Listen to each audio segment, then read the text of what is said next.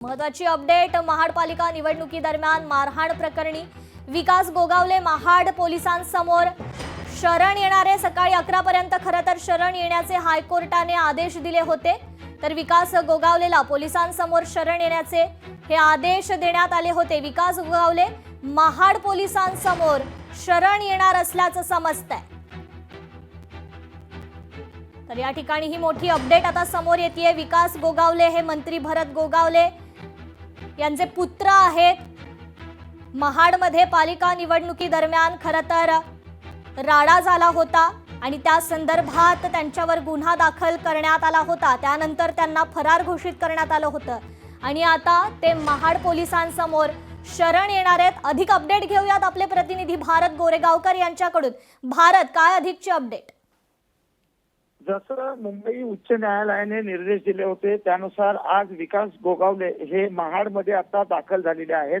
अर्थातच त्यांना हायकोर्टाच्या निर्देशानुसार पोलिसांना शरण जायचं आहे।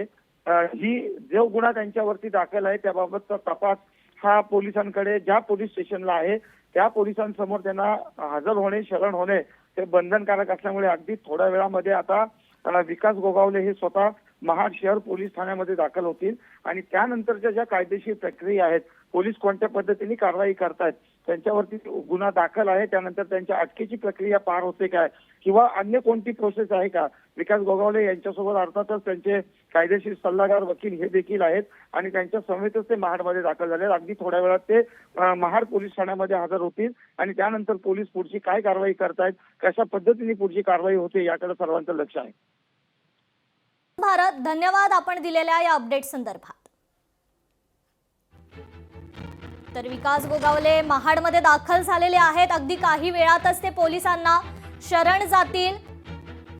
महापालिका निवडणुकीत राडा प्रकरणी ते आरोपी आहेत, फरार होते आणि आता पोलिसांना ते शरण जाणार आहेत।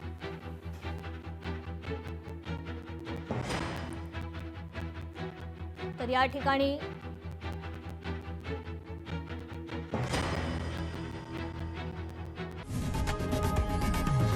लोकशाही मराठी ऐका, पहा, जागरूक रहा।